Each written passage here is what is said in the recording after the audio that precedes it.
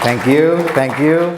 Big crowd. I'm glad to see we're all comfortable enough to step out of our homes, to not do this on Zoom. It wouldn't have been as interesting. I'm seeing some old faces, right? I'm seeing new faces, which I also like. How many are here? We're almost 400, looks like it. 300 something. Oh, not bad, not bad. So today I'm going to talk about, oh, you know what? I left an essential. So if you guys are not used to Trulogic's culture, you might not be aware, I like to flex. By flex, I mean I like to throw money around. So I need my props. Okay. So this morning, I assume I only have 45 minutes. I'm going to talk to you about a 64-point plan for an effective 3-year link building campaign. Right? So say goodbye to your lunch. We're going to finish at like 4 o'clock. I'm just kidding. I'm just checking if you're awake. What we're really going to talk about is, so you think you can link, right? So you think you can link. Like, are you a link builder? Are you doing it right? Are there essentials you're missing? I see a lot of links to different websites, as you can imagine, right? You do this for 11, 12 years, like full on. I'm not counting the years where you're a client. And you get to see a lot of link portfolios. You get to see a lot of the stuff that some SEOs do. And there are still some link building strategies that I see today that surprise me because I would not have done them 6, 7, 8 years ago. So what is this doing built 30 days ago, right? So those are one of the things I'm going to talk to you about. I'm going to break apart this conversation into 2 things. We're going to talk about strategy first, and then we're going to talk about some doable stuff like tactics. Okay, so we'll break it into 2. I'm going to talk to you about link distributions, assets, linking strategies, and then we're going to talk about how do you optimize your profile? How do you optimize for sourcing? Like just doables, not a complete strategy on how do I build out a profile, not a complete strategy on sourcing, and not a complete strategy on how to acquire EDU links. I'm just going to give you tactics. Okay, so let's get started because this is just like 45 minutes, right? So lesson number 1 on strategy. Sun Tzu says, he will win who knows when to fight and when not to fight. I have one very special rule when it comes to link building. Rule number 1 is, know when not to link build.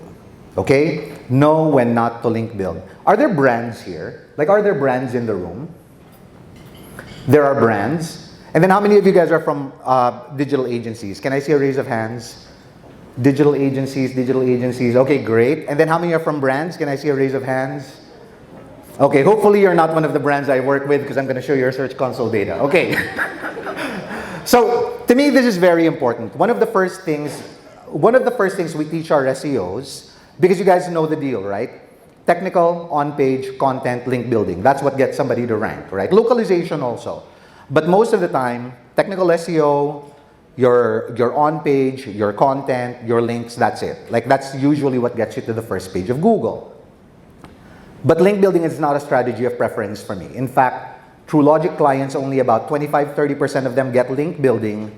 Most of them get on-page month on month on month on month on month. And why not, right? Southeast Asia specifically, not so much the Philippines anymore, but Southeast Asia is very non-competitive when it comes to SEO. Have you guys done a Google search on google.com.sg, google.com.hk? These are territories that I serve. Have you guys done a search in those regions? Have you guys used those search engines? What do you think of the search results? What do you think of the search results? Anybody? Just shout it. Just shout it. Okay, how? Like different, good or bad? Okay.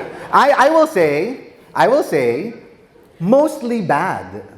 The results are mostly bad. Like even in the Philippines, by the way, the results are mostly bad, right? Now, what does that tell you? That means that when you work on a brand, you work on a website, chances are you have first mover advantage. So chances are you have first mover advantage, right? You put on page, you make the website fast, you make sure there's no technical issues. The moment you optimize for an idea, a keyword, you're probably going to go on the first page. So for me, I usually assess, do I need to do link building or not? Because let's face it, who among you guys link build here? Can I see a raise of hands? Okay, no, keep your hands up. Now, put your hands down if you think it's easy. Put your hands down if you think link building is easy. Right? Precisely. Precisely. It's not easy. Right? How much optimization could you do if you had 12 hours to do technical on-page content, and how many hours does it take to acquire a link? Right? It can take 4, 6, 8, 12 hours to get one link. Right? And so this is why it's not a strategy of preference for me. Not to say that I won't do it, but you have to know when to do it and when not to do it. So I'll give you the considerations of when I do it and when I don't, and I'll show you some campaigns that have no link building and yet terrific results. I'm gonna hurt some feelings on these two clients. Okay, so these are the essentials to ranking, right? We all know them. Technical SEO, on-page, your content, your links, right? But really, your links, are you sure? Are you sure? So I'm gonna try to debunk that. This is IKEA's performance. We built 0 links. 0 links, right? The website went from nothing, almost nothing, to 1.9 million, actually they get about 300,000 visitors a month. They get about 6 million product views each month. The goal was 3 million product views a month, right? So we doubled their target. We doubled the target that they gave us in about 8 months. So from 0 to 6 million product views, from 0 to 250,000 visitors on a monthly basis with 0 links. Why do you need to build a link? It's IKEA, right? The moment they announce they're gonna come to the Philippines, you know, every Tom, Dick, and blogger is gonna publish something about it, right? So they will naturally acquire links. So this is an example. Here's another one, right? Here's another view, IKEA. And what makes us decide, so you don't just think, oh, it's IKEA, common sense. So it's not common sense. There is a critical decision-making factor to make when you decide not to build links for someone, right? In IKEA's case, I'm wondering if the laser pointer works. It does, brilliant. Okay. So the first thing that I look for is the authority score, right? This is SEMrush, so it's the authority score. If you use Moz, it's the DA, right? You can use Majestic for trust flow, citation flow, whatever authority metric you're using. Typically, I like to see this above 40. Above 35 is okay. But I typically like to see this above 40. That's my first indicator that I probably don't have to link build. Next, I take a look at the number of C classes. And I typically like to see over 200. So if a website has an authority score greater than 40 and has over 200 C classes, I'm almost there to no link building. The last thing I look at are these. But I don't care about the number. I care about the date the last link was acquired. If my potential client website is getting a fresh link every 2 weeks, every 4 weeks, I don't need to link build because the natural organic links are coming, right? So why would I charge my client to pay for something that they get naturally, right? So you think about it. Let's say you're a 6-footer, your wife or husband is also a 6-footer, you have kids, and somebody's selling you a product that will make your kid a 6-footer. Why? Your kid will probably wind up being a 6-footer anyway, right? So you don't need it. So that's an example. And this is the kinds of results you can get with just on-page, right? Operating under the assumption you're using critical decision-making here. Here's another one. This is a Hong Kong startup. They try to compete with WebEx, they try to compete with Zoom and whatnot. That's the traffic trend, right? And the number of impressions. I think I have their traffic here. Like, this is their traffic growth, right? And we didn't start working with them until about Feb. But that's brilliant, right? Again, auth score greater than 35, ideally 40, ideally greater than 40. Referring domains, ideally more than 200, right? So if it meets those criteria and a backlink that's younger than 30 days, younger than 15 days ideal, but younger than 30 days minimum, right? You don't need a caboodle of links in order to drive results like this. Right? When I got this website, I think it was making 3,000 organic visits, thereabouts. Right? So just as an example. So yes, link building is a great SEO activity. It is a driver of performance, but it isn't always necessary, right? So Sun Tzu says, know when to fight and know when not to fight. Okay, so how do we decide when to do link building, right? And I already sort of let the cat out of the bag. Step one, is it a brand with equity? Like, have people heard about it? Is it a household name? Like, if I worked on any Unilever brand, why would I link build, right? We worked on LBC. Why would I link build? It's LBC, right? So when you work on a household name, there is brand equity. People are probably talking about that. If this guy was a client of mine, or Asus ROG, why would I link build, right? Every time they release a product, they're probably going to get 100, 200 publications talking about the new product. And not all of them will get a link back, but it'll get a link back. So first thing to look at is, are you working on a brand with any equity? Let's say the brand has no equity. Sure, Eventex doesn't have a lot of equity. Is the authority score at a minimum greater than 35? If it's greater than 35, consider not doing link building and pouring your energies into something more meaningful for the brand. The next thing is, does it have more than 200 referring domains? Right? A great auth score does not necessarily mean huge number of referring domains, right? Like you guys saw IKEA, 267 C classes, right?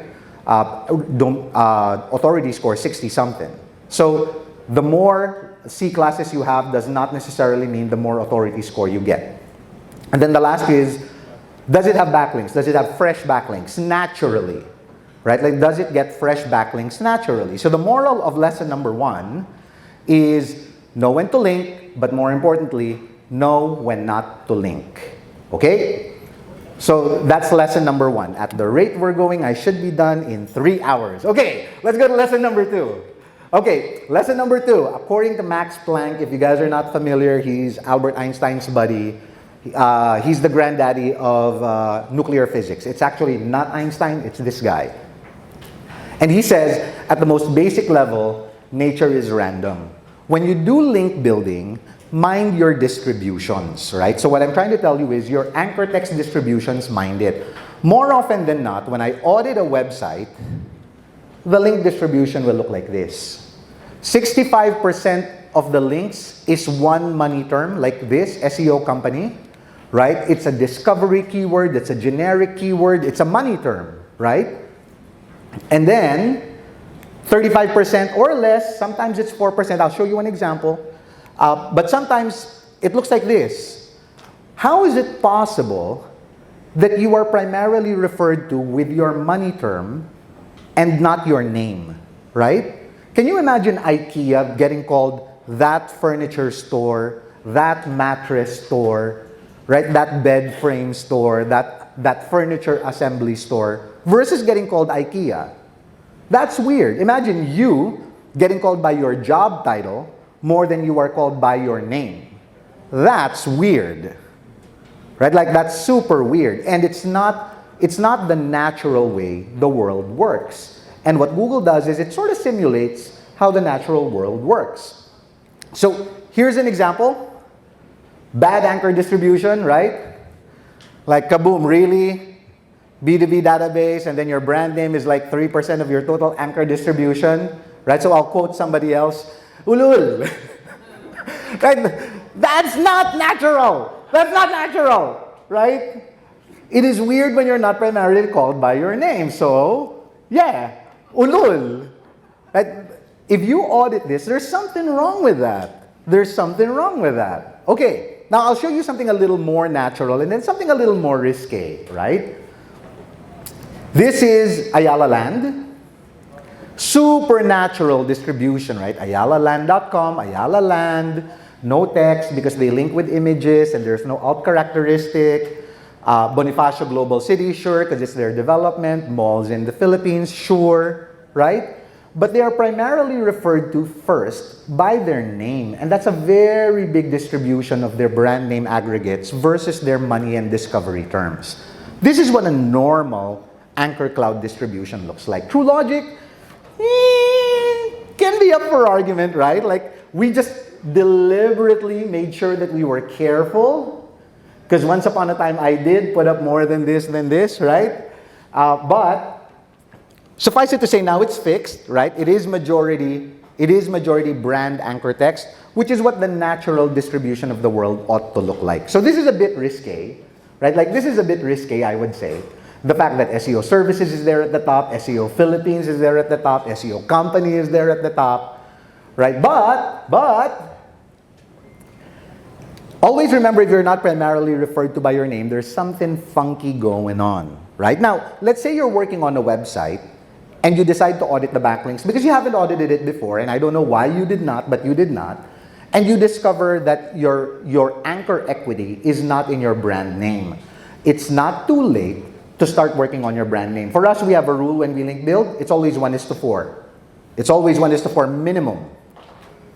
You cannot build 4 links without one of them pointing to the brand name. Always. Like, whether it's brand name, homepage, whatever, right? Business name. But always 1 in 4 anchors have to be pointed towards the brand name so that it looks natural. And then the SEO can do whatever they want, right? Like, they can point it to 3 exact matches, 1 exact, 2 partials, whatever, right? But mind your anchor text distribution, because I'm going to show you how well Google can spot things. Okay, so that's lesson number 2. Lesson number 3. So, Terminator 2, according to Arnold, I see everything. And lesson number 3 is, if Majestic can see your PBNs, you bet your ass Google can see your PBNs. Right? Are you guys familiar with this tool? It's the Majestic link graph. If you guys use Majestic, it probably comes with your service. Can you spot the PBN? This is a natural link. This is a natural graph, by the way. This is beautiful. That's BPI. I didn't build a single link to that, right? So this is a natural distribution.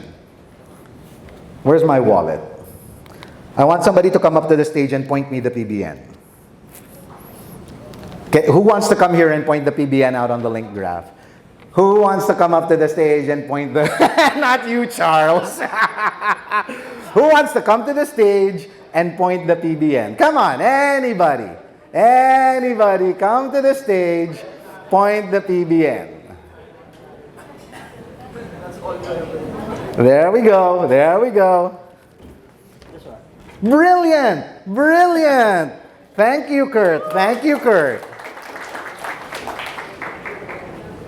He can spot the PBN, right? So can Majestic. And if Majestic can see it, you bet your ass Google can see it. Right? Now you can also ask, then why aren't these websites getting penalized because Google says it doesn't like PBNs and whatnot, right? Because Google doesn't like changing the search results to a degree more than 3% at any point in time. And since majority of links today are guest blog outreaches, it's hard for them to figure out which is which. Like, it's hard for them to decide, okay, do I make a big change, like a big panda change, like a big penguin change, or do I not? Suffice it to say, they're deciding currently, no, but it's gonna come, right? So if you're going to start to build links, make sure that it looks like this and that it doesn't look like this, right? Because if Majestic can see your PBNs, you bet your ass Google can see your PBNs. Now, the other thing is, you also need to know how to spot a PBN, right? Which is an entire 1-hour conversation. But if you don't know what a PBN is and how to spot it, I would strongly recommend you start going online to read up on how to spot the footprint of a PBN. But you should know how to spot it. Okay. So, lesson number 3, the moral of the lesson is, your first obligation as an SEO, your first obligation as a link builder, is to make sure that you do no harm. Right? Because sometimes we can get overexcited. Oh, I want to build a link. I want to do this. I want to do that. Oh, look, I can get 40 links coming from here. Easy. But are those links really helpful? Right? Are those links really helpful? Now, speaking of helpful links,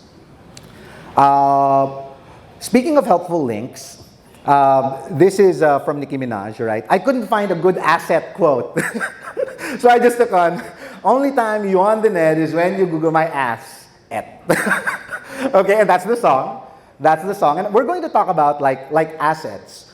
How do you use online assets when you link build? And I think people forget it. I think people forget about what your linkable assets are. So I'm going to talk about online assets. You have 4 types of online assets that you can acquire a link from, right? Because everybody always thinks link building, guest blog outreach, link building, guest blog outreach, link building, I don't know, Web 2.0. If you guys are doing Web 2.0, stop it. Right? If you guys are still doing Web 2.0, stop it. You're wasting your time, you're wasting your client's money, you're wasting time. You'll never get it back. So 4 types of assets that you can get a link from. Legit, like 4 asset types that you can get a link from. You have owned assets, you have leased assets, you have earned assets, and you have paid assets. These are the ways you are published online. You can be published online on stuff you own. You can be published online on stuff you lease, you borrow, you occupy space in. You can get published online based off of your real relationships. This is how you earn them. And then the last is you can get it by being paid, like by paying for presence, right? Like PRs and that kind of jazz. I'll show you guys concrete examples. Don't worry, I'm not going to be vague. So let's talk about owned assets. So we're talking maybe 8 years back. There was this big controversy about link building, and then PBNs were becoming a thing. And somebody said, oh yeah, what about these guys? Is that not a PBN? Right, the Time Warner group of companies. Because CNN, Time Warner, Warner Brothers, Discovery Plus, DC, HBO, Time Magazine, and all of their other assets, by the way, there are more, and I'll show you later, they all link to each other. CNN feeds a link to Time Warner, Warner Brothers feeds a link to Time Warner, DC feeds a link to Time Warner, Discovery feeds a link to Time Warner, HBO feeds a link to Time Warner. So how is this not a PBN, right? If you have your own assets and your asset classes are pointing to each other, how is that not a blog network? And the answer is simple. Those are not blogs, right? Have you been to them? CNN is not a blog. Time Warner is not a blog. These are legit businesses, right? They get mentioned separately. They publish their own content. They are distinct businesses, and so on and so forth. So, no, sure, it's a network, but it's not a blog network, right? Now, why do I call them owned assets? Because Time Warner owns the technology, the domain, the content that sits on them. If you control the domain, the technology, the hosting, and the content, it's an owned asset. All right, I'll repeat that. If you control the domain, the hosting, the technology, like is it on WordPress, is it on a proprietary CMS, and you control the content on it, then it's an owned asset. This is what Time Warner's links look like, right? CNN, Cartoon Network, HBO, DC, HGTV, Warner Brothers Studios, Discovery, HBO Max, CW, they all link to each other. Right? And SEOs back then were saying, why aren't they getting penalized? Because it's not a blog network. Right? It's missing the B part of the PBN. Okay? So case in point, like GDI, this is what TrueLogic was, right? It is currently Axadra Ventures. And these are the different companies under it. Some of the different companies under it. TrueLogic, Paperboat Creative, Kital, Transcend Digital, Glamourbox, SEO Reseller, they all link to each other. They all link to each other. They don't have any penalties for that. Why? Because they're not blogs. Right? They are not blogs. This is a post-production company. This is a telecom. This is an SEO company. This is e-commerce. This is white label. This is a local agency. Right? They're all different. They're all different. They're not blogs. So, you control a website, why aren't you maximizing the power of the assets that you own? I'll give you guys another example. I'll go back to IKEA. If you guys pitched for IKEA, I'm sorry. So, I'll give you another example about IKEA. There are 2 things they implemented after working with us, right? The first thing they did was, if you go to the footer of IKEA, they used to not have countries. They used to not have links to countries. And one of the things that we needed them to do was we said, can we get the parent domain to have an anchor text that says Philippines that points to the /en/ph, right? So that I can inherit some authority right off the bat. And it saves them tens of thousands of dollars with the link building, right? Because they don't have to build authority from scratch. Because it's a page, it's not a domain, right? IKEA.com/en/ph is not a domain. That's a page. And that page will have no authority when it's new. So in order to make it inherit authority, we asked for a site-wide link coming from the parent domain, right? If it were subdomains, like if it were philippines.ikea.com.ph, I would have done the same thing.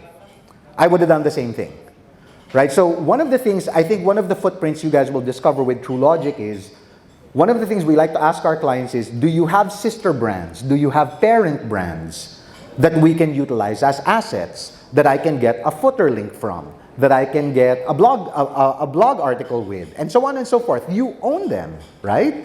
Why pay for a blog when you've got assets? You know, it's like taking an Uber when you've got, a Grab, when you've got a car, right? Why are you taking a Grab when you've got a car and you're not coding? It doesn't make sense. You've got an owned asset. Use it, okay? Owned assets. Next, let's talk about leased assets. And leased assets are, for some of you, you probably already know, right? These are Facebook, YouTube, LinkedIn, whatever, all the different assets you have. Because you can get a link. You can get a link from Facebook if you've got a business page. You can get a link from your YouTube channel, right? There are 3 places you can get a link from YouTube. You can get it on your homepage, you can get it on the description of the video, and you can get it in the card, right? So, TrueLogic, is this Facebook? This is Facebook. I'm not on Facebook, sorry.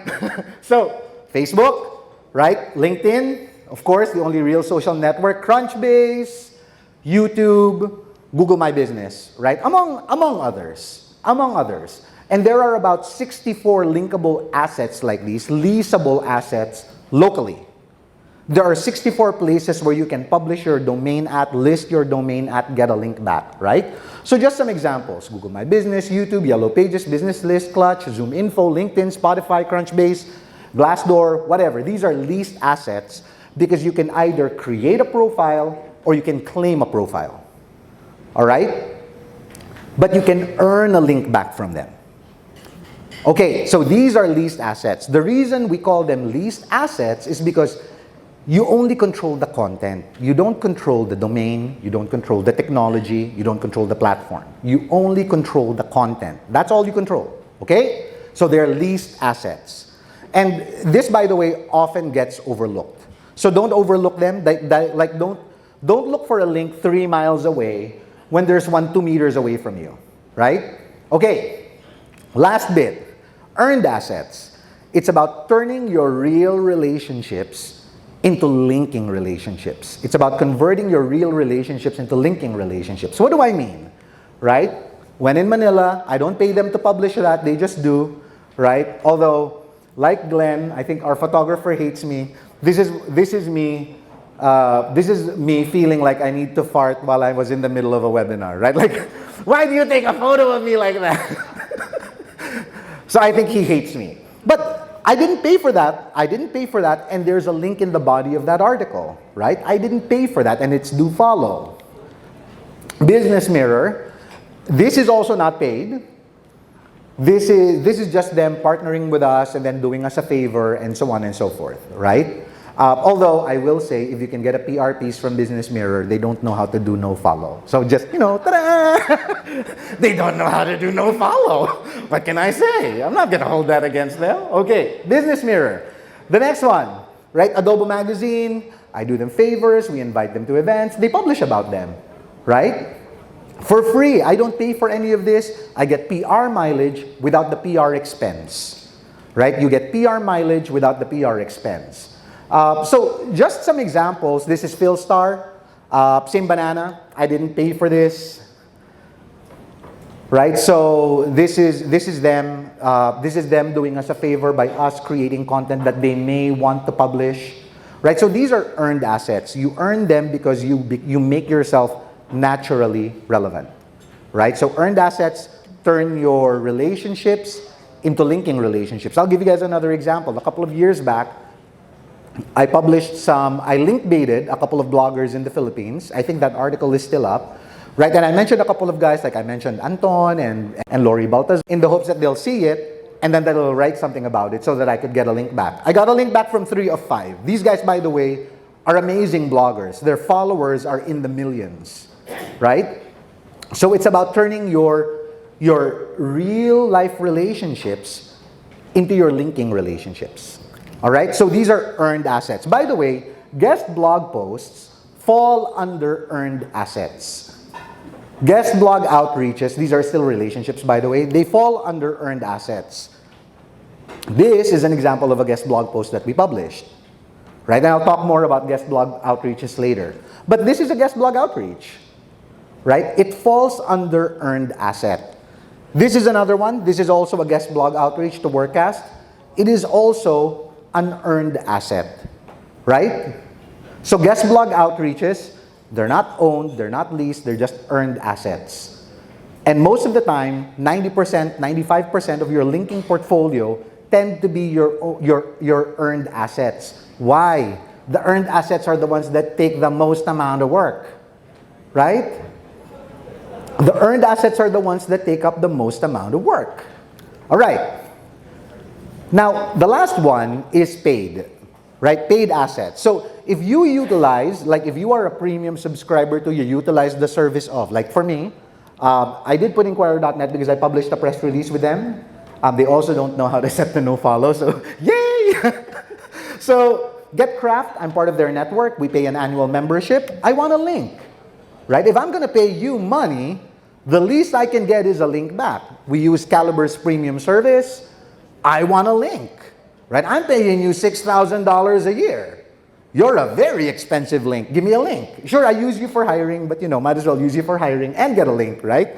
Glassdoor, Inquirer.net for PR, Podcast Network Asia. We use them to distribute our podcasts, and so on and so forth. These are paid assets.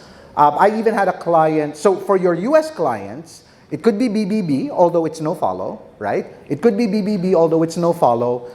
It could be the Forbes agency network that they could join. It's a premium membership, but it's also no follow, right? But there are premium places, premium memberships that they can join where they can get mentioned, get some mileage, get a link.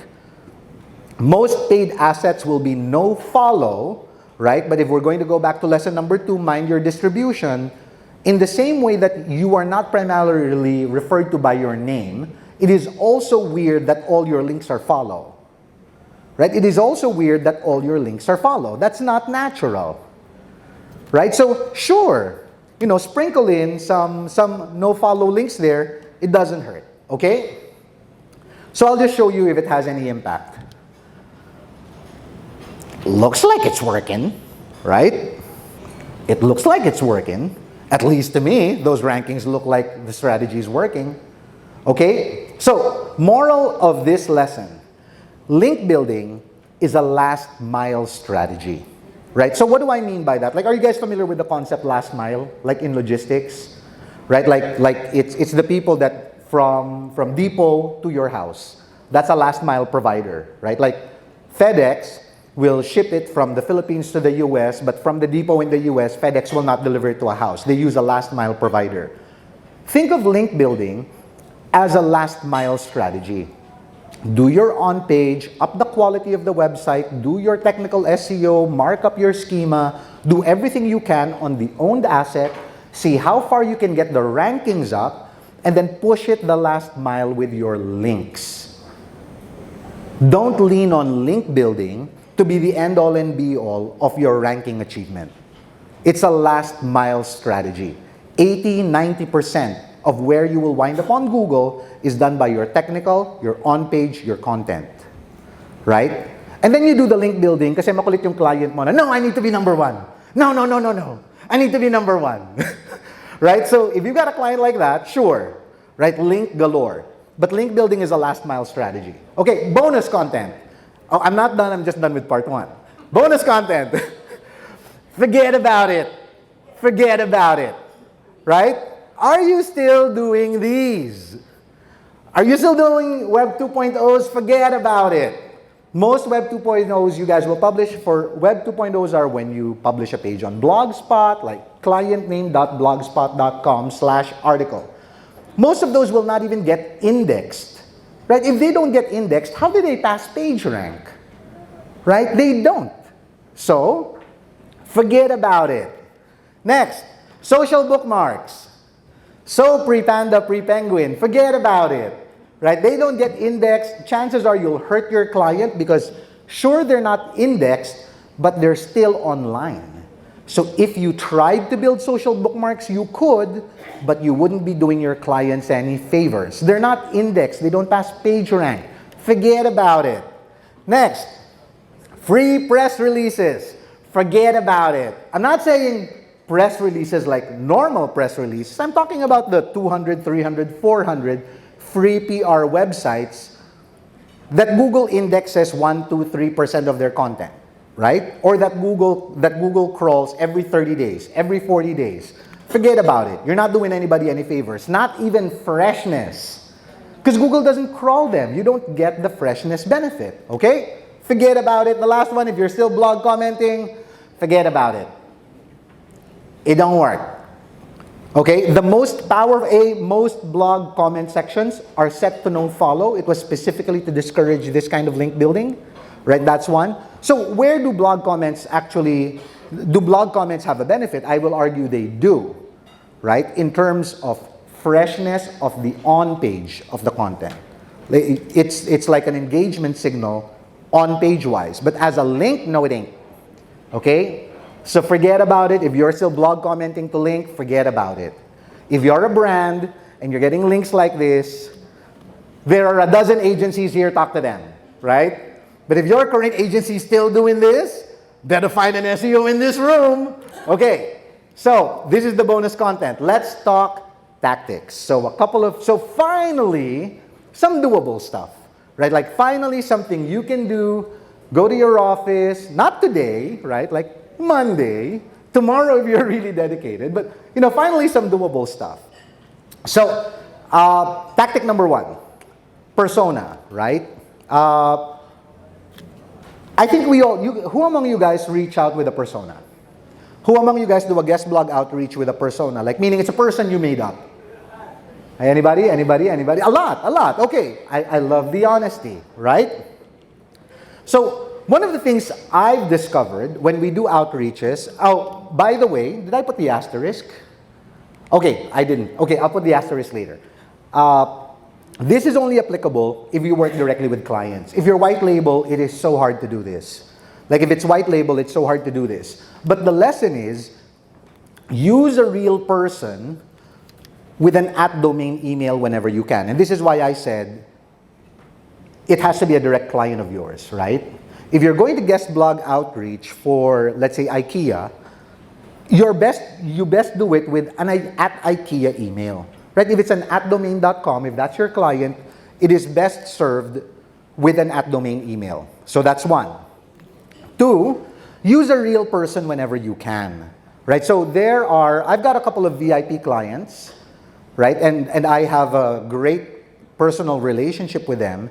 And so if their name is Bernard San Juan and their email is, let's say, bsanjuan@domain.com, I have them put it as bernard.sanjuan@domain.com, right? But I capture their full name. I have them make me a dummy email with their name on it.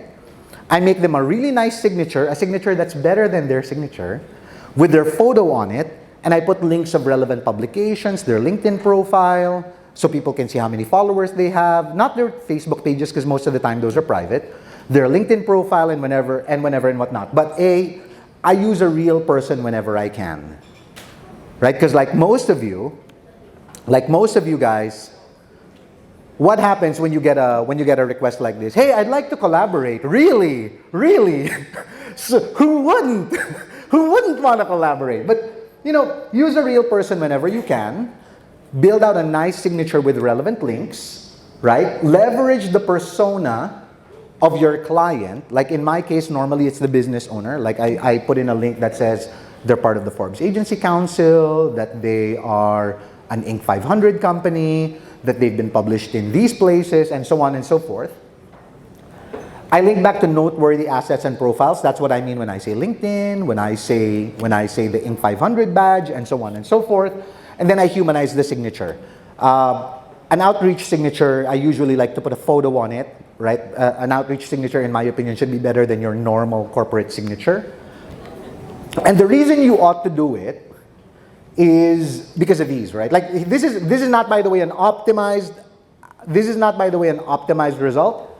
But look at this, right? It's Peter Bray. Ooh, Peter Bray. I'm sure that's your name, Mr. Editor.fluxguard@gmail.com, right? Come on, come on. I wasn't born yesterday. It's Peter again. I sent you a content collaboration proposal. Blah blah blah blah blah. You lost me. I'm gone. Right? $500 to whoever tells me what happens to this email. What happens to this? What's the next thing I do when I see this email? Almost spam.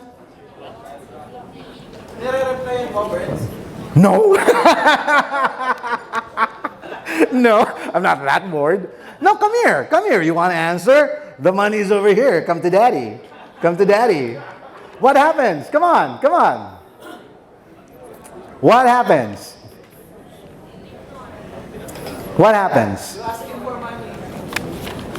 What's the next button I press when I see an email like this? What is it? Delete. Right? I delete it. And Gmail tracks how many emails you delete off of a recipient. It tracks how many times you press spam off of someone, right? So, who said delete?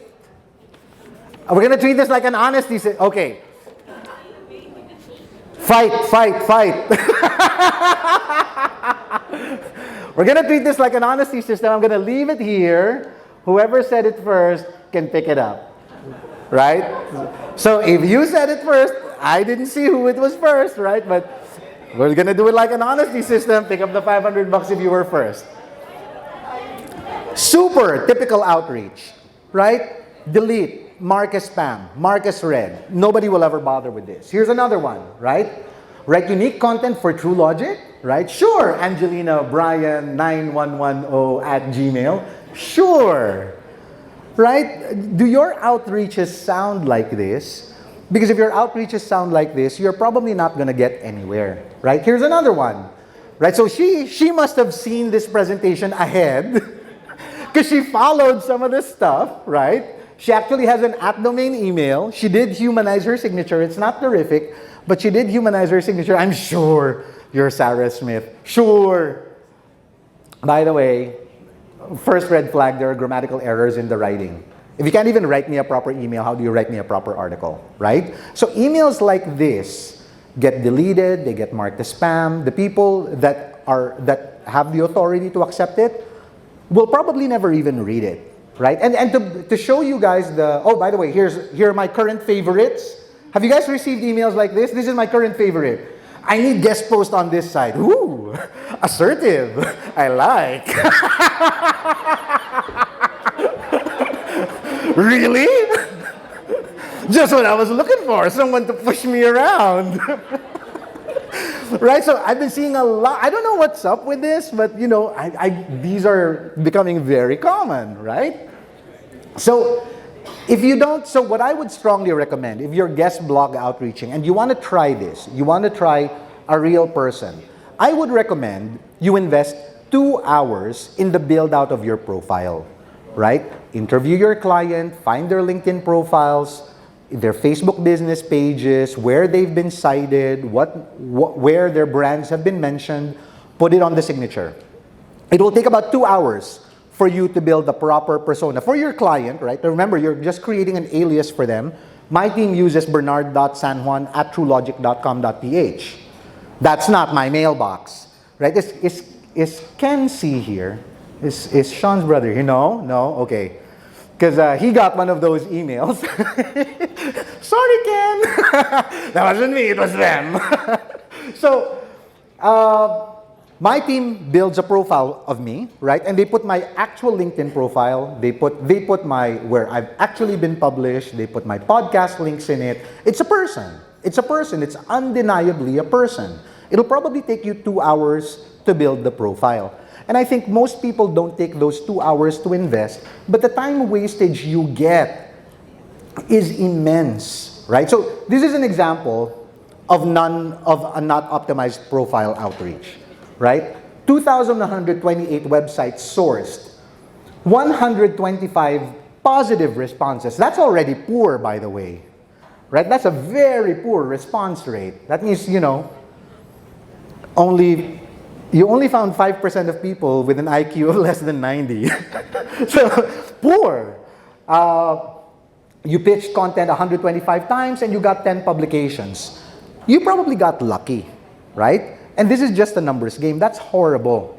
How much time did you spend looking for the 2,000 domains and auditing the 2,000 domains you would outreach to, but not get a link back? Right? Eh, yun pa lang, that's already your time to build the profile. If you improve it, this is what your outcomes could be like.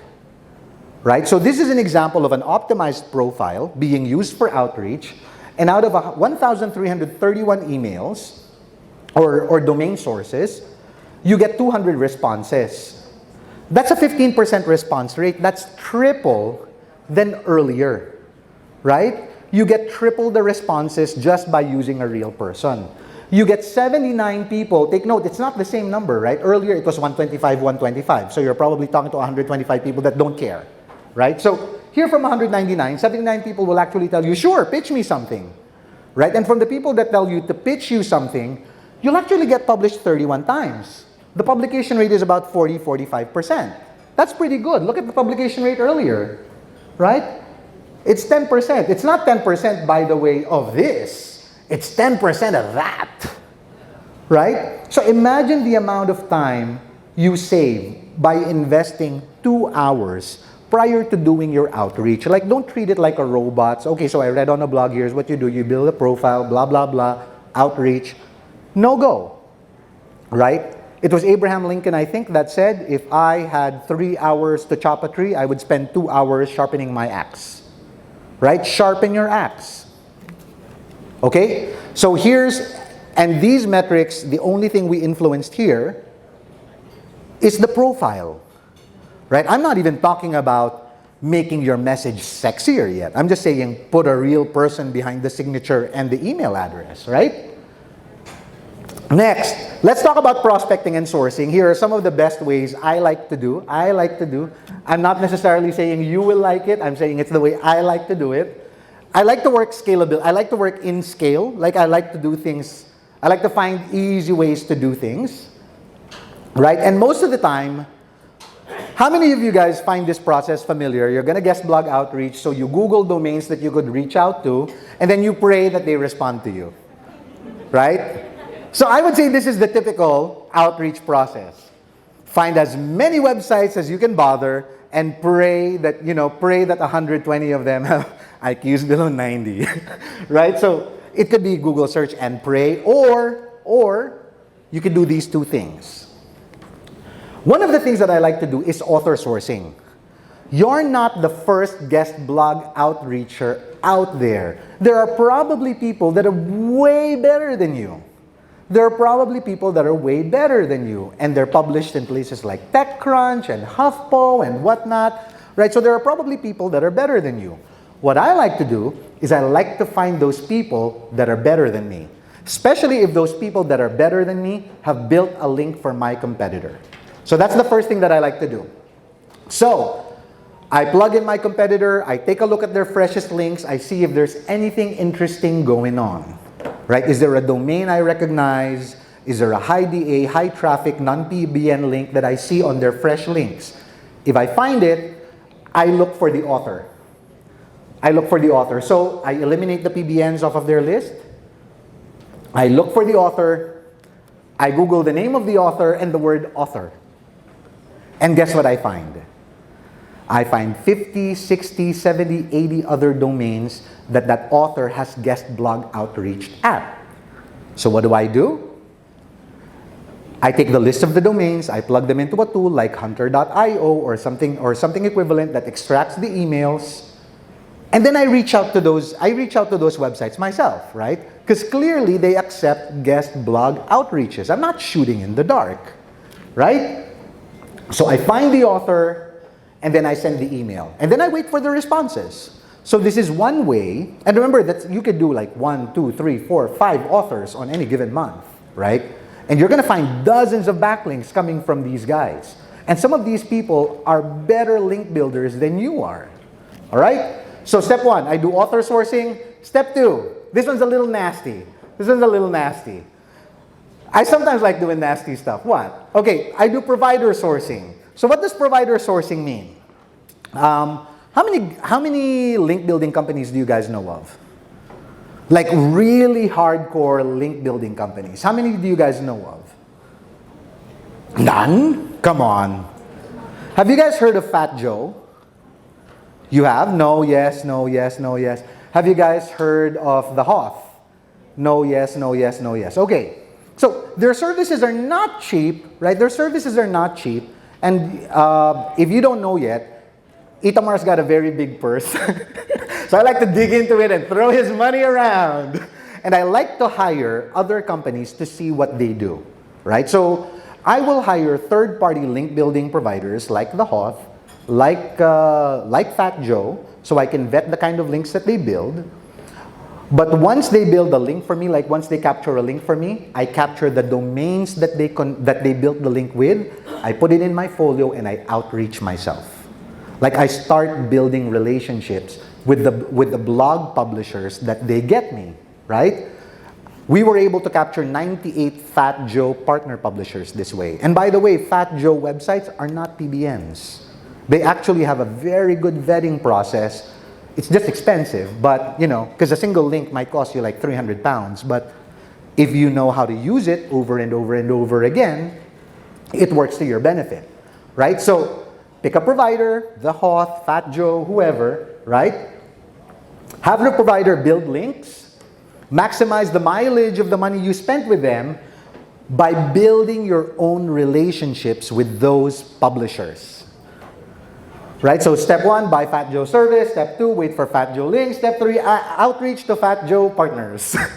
And you will get a nice, heavy list. By the way, the response rates are terrific. The batting average we have with Fat Joe publishers, they're very open-minded publishers, by the way. And their DAs are really nice. Like, really nice DA. Like 50s, 40s, 60s, terrific. But you outreach the Fat Joe resources, and if your email is constructed well, you will capture 1 in 2. Right? The same is true for the Hoth's partner websites and the other link building providers. Just avoid the providers that use PBNs, right? You want to know if they use a PBN? Majestic Link Graph. All right? Okay, last, promise. Is it lunchtime? Is it lunchtime? Is it lunchtime? Oh my God, we've got 3 minutes. I'll try to make this fast. Okay. EDU links, easier than you think, but only doable if your clients are your direct clients. This is hard to do when you're white label. This is so hard to do when you're white label. Right? So, I learned this trick by copying it off of a brand called Hubshout. I think they're gone. I'm sad I lost a competitor. But I think they're gone because I don't see their website anymore. I just see their Facebook page and whatnot. Right? But I learned to do this by deconstructing something Hubshout was doing in 2013, 2014. And I think I already talked about this in a previous convo. Okay, so what do? The easy way to capture EDU links is build a grant or scholarship page. Put a budget on your grant or scholarship page. A $500 contest, a $1,000 contest a year. Right? If you're pretty generous, like SEO Reseller has deep pockets, we do $1,000 per 6 months. Right? Create a grant or scholarship page. That's your website. Find the EDU sources that you could use. The easiest way to find EDU sources is to look for your competitors' EDU sources. Send an outreach. Normally, I like to do Mailshake because Mailshake will send an email that looks like it came from your mailbox. Right? I've also tried to do it MailChimp, but they're not responsive to HTML formatted emails. Like they think it's another newsletter, it's another spam, it's another offer. So I like to use Mailshake because Mailshake looks like it came from your own mailbox, plus you can put attachments. Make a call if necessary. Like the most challenging thing I've encountered with building EDU links has been every now and then, you do need to make a call. Just so they know you're legit, just so that they know the page is legit, that the offer is legit. By the way, if you make the offer, live up to it, right? Don't say $1,000 contest and then pocket the $1,000. Don't be like that. So do the outreach, make the call, and wait. The conversion time, the conversion of an EDU link is probably like anywhere between 2 out of 10 to 1 out of 4 for every EDU you acquire. Because remember, to the universities, they don't understand what this is, right? They don't understand that they're giving you $1,000, $2,000, $3,000, $4,000 worth of value. They don't understand that, right? To them, you're just another page offering their students an opportunity to get a $500 grant, a $1,000 grant, and so they put you in the scholarships resources page. So I'll show you what it looks like, right? Step 1, build a really nice scholarship/grant page. Step 2, find the EDU links of your competitors. Find the EDU links of your competitors. Step 3, use Mailshake or any other email platform. You might want to use ActiveCampaign, whatever. There's somebody in your office you hate, have them manually send this email out, right? You hate them. Go for it. Okay. So, but I like Mailshake because I also see these stats, which are super important to me. It just tells me where I need to, where I have room for improvement. Automate the send out. Oh, one more thing I like about Mailshake. When your prospect replies, Mailshake stops the sequence. And there's no special setup, there's no technical setup or anything. If you have a sequence of 3 emails to solicit an EDU link and somebody responds after the first email, Mailshake does not bother them with the second or the third sequence. Okay, so that's the other reason I like this. It's super intuitive, I love it. Next, acquire links. Right? It's that easy. It is literally that easy, right? And once you get the hang of it, rinse and repeat. And that's it for me this morning. Thank you very much. You may have your lunch.